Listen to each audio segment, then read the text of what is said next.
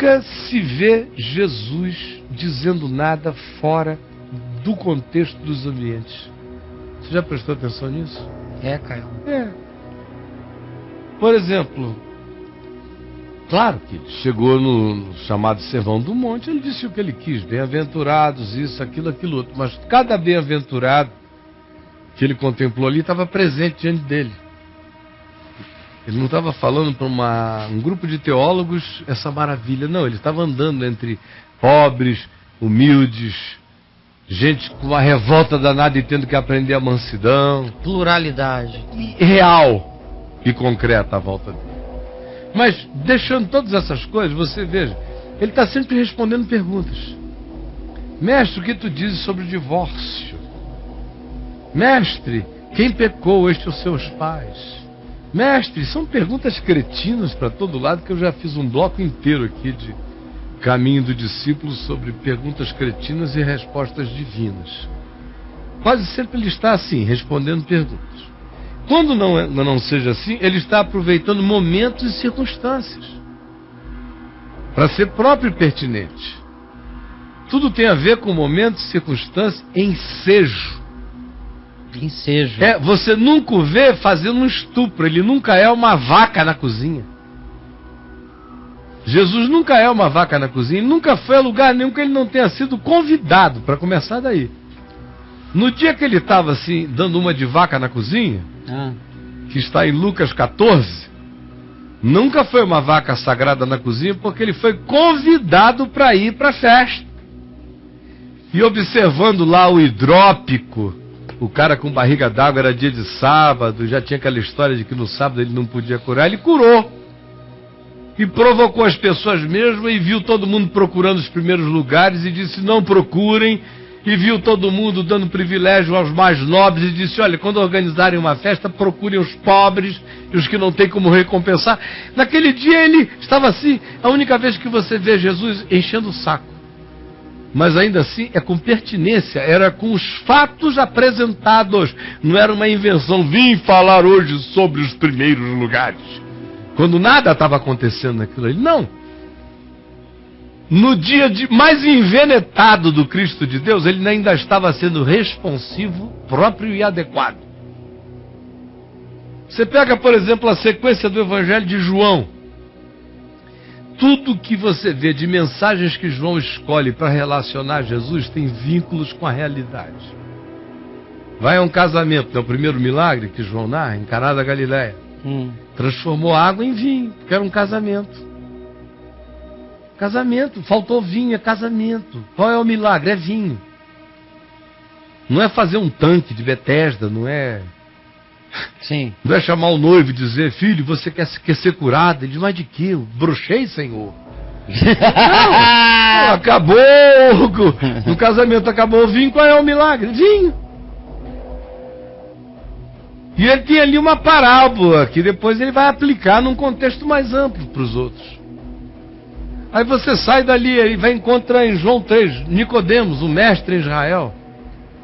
Aí vem com aquela conversa de Senhor, aquelas lógicas lineares, tolinhas, teológicas, filosóficas, de causa e efeito. Aí sabemos que tu és mestre vindo da parte de Deus, porque ninguém faria as obras que tu fazes se Deus não estiver com ele. Aquela linearidade burra. Porque tem um monte de gente fazendo milagres para todo lado e Deus não está com eles. Porque milagre não é o sintoma de Deus. Sintoma de Deus em nós é amor. Aí Jesus diz, olha, Nicodemos, você tem que nascer de novo. Sim. Porque um filósofo com aquele papo se sentindo acabado, completo, fechado, sistematizado. Tá pronto. Pronto, cara. É uma sistemática ambulante. Tá fechado. Fechadinho. Redondinho. É um Berkoff Nicodemos. Pois bem, Jesus chega e bota o cara para começar a pensar em ser gente. Ele zerou o cara. Zerou! E disse, tu és mestre em Israel e não compreendes? Uma conversa subjetiva, meu filho. Subjetividade pro pronto. Com o pronto. E faz o pronto pensar no não ser. Em nascer.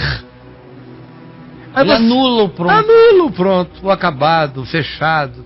Chega no capítulo 4, qual é a conversa? Ele está com sede, a mulher foi pegar água, o papo é água, a circunstância é água, é o poço. Sim. A mulher tinha uma outra sede subjetiva, que ele sacou, mas a conversa foi o problema da sede humana. Tudo próprio. Chega em João 5, tanque de Betesda. Sim. Lá, João 4, com a mulher samaritana, dá-me de beber, e a conversa foi a água viva, aquela coisa toda. Aqui, água viva. Água viva. Chega aqui em João 5, é o homem no tanque. Aí ele pergunta pro cara, você quer ser curado? É porque é próprio. Chega no capítulo 7, tem aquela palavra dele sobre quem tem sede, vem a mim e beba. É no último grande dia da festa dos judeus. Ora, ele esperou o sacerdote descer todo o Ribeiro do Cedron e até lá perto, onde hoje é o mosteiro de São Jorge, na direção de Jericó, para pegar a água das fontes, naquele abismo no deserto, subir até com a procissão,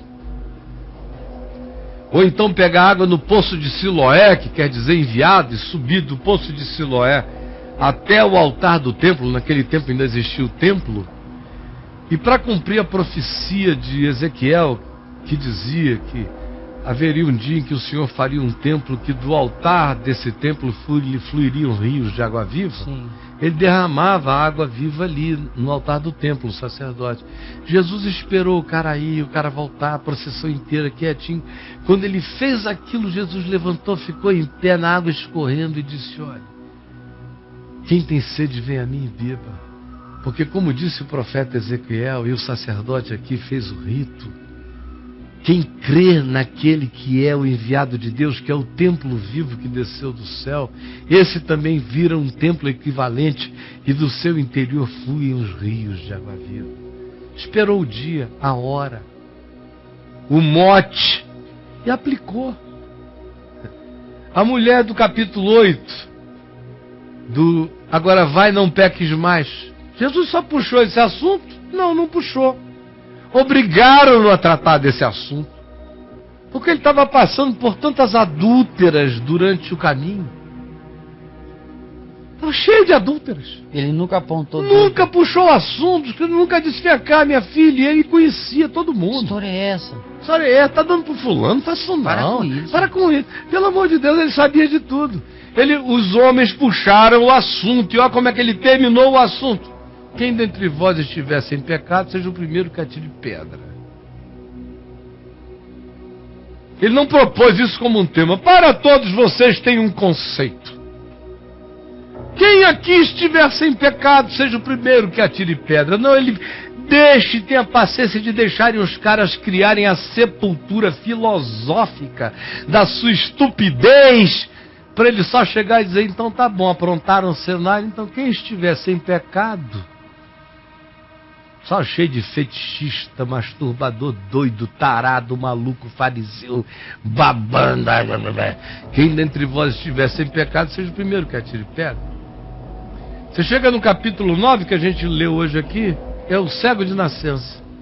Leia o resto do capítulo 9, é todo sobre ver, luz, ver, enxergar, não enxergar, discernir, não discernir. Se o capítulo 11 é a ressurreição de Lázaro, qual é a conversa? É ressurreição e vida, ressurreição e vida, ressurreição e vida. E só no Evangelho de João. Se a gente fosse em Mateus, Marcos e Lucas, você ia ver as mesmas pertinências em cada hora e em cada lugar. Ele cura alguém e a partir de uma cura ele diz algo. Alguém lhe pergunta uma coisa, ele responde ou aquela coisa ou a mesma coisa, mais 10 outras que vem naquela esteira, mas ele espera que o suscitamento seja provocado. Até em Mateus 23, quando é o sermão aparentemente mais autônomo dele, a mensagem mais autodeterminada sobre os hipócritas lá do templo. Autônoma. Não. Teve aquele contexto antes, chegou e viu, covil de salteadores, tudo acontecendo, vira a mesa, espalha a pomba, não sei o que, e solta a franga. Aí é discurso. Tudo tem uma relação com a realidade, porque o Evangelho não cai num vácuo existencial. Ele cai na realidade existente. Por isso ele é boa nova, porque ele traz palavra de graça para um mundo desconstruído. Se ele fica fazendo propostas sobre o que ninguém está perguntando, propondo soluções cujas angústias ninguém está sentindo, ele não é evangelho, ele é doutrinação religiosa. Enche o saco de Deus e do mundo, porque até Deus está de saco cheio disso.